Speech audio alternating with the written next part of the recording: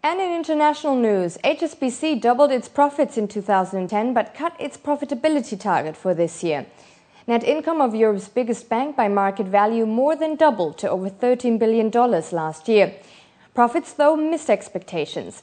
Also, CEO Stuart Gulliver cut the bank's range for return on equity, citing an uneven global economic recovery and efforts by the regulator to make banks hold more capital reserves following the financial crisis.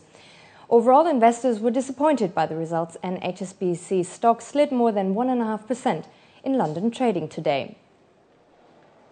The regulatory regime and the regulatory push to drive up Tier 1 capital and overall capital ratios is definitely having an impact on people's forecasts, and very explicit today in the HSBC results. I think it was reasonably explicit in terms of what Barclays were saying. So I think the overall regulatory regime is placing a certain amount of emphasis and onus on people now to look very carefully at what they're forecasting from a profit point of view. Portugal's finance minister, Fernando Teixeira dos Santos, says the country will not need a bailout after analysts suggested that Portugal could be the next EU country to need financial aid. Lisbon has promised to cut its budget deficit and implement reforms, but the country's debt means its banks are being shut out of funding markets. A year into Europe's sovereign debt crisis, Greece and Ireland both have already received EU IMF bailouts.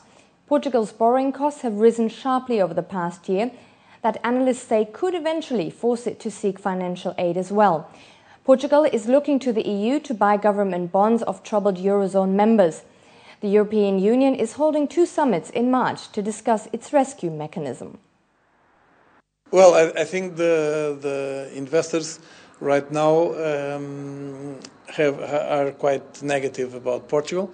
In my opinion, too negative, but that's how the market operates in certain moments.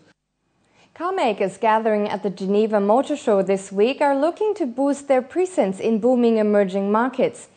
Through showcasing their latest models, the world's car makers hope to boost their share of Europe's car market at the 81st Geneva International Motor Show, which starts on Thursday, March 3rd. 700 brands from 31 different countries will be on display with lots of cutting-edge car design. Also, the event will include nearly 170 world and European premieres. European car sales are expected to remain roughly stable in 2011, but not so in emerging markets. Sales in Asia, Latin America and Russia are expected to grow significantly this year and next. Car makers are pinning their hopes on cracking these markets, signing partnerships with local players. Before we head back to news, we will run you through the Asian equity markets, the price of oil, followed by metals and a selection of currencies.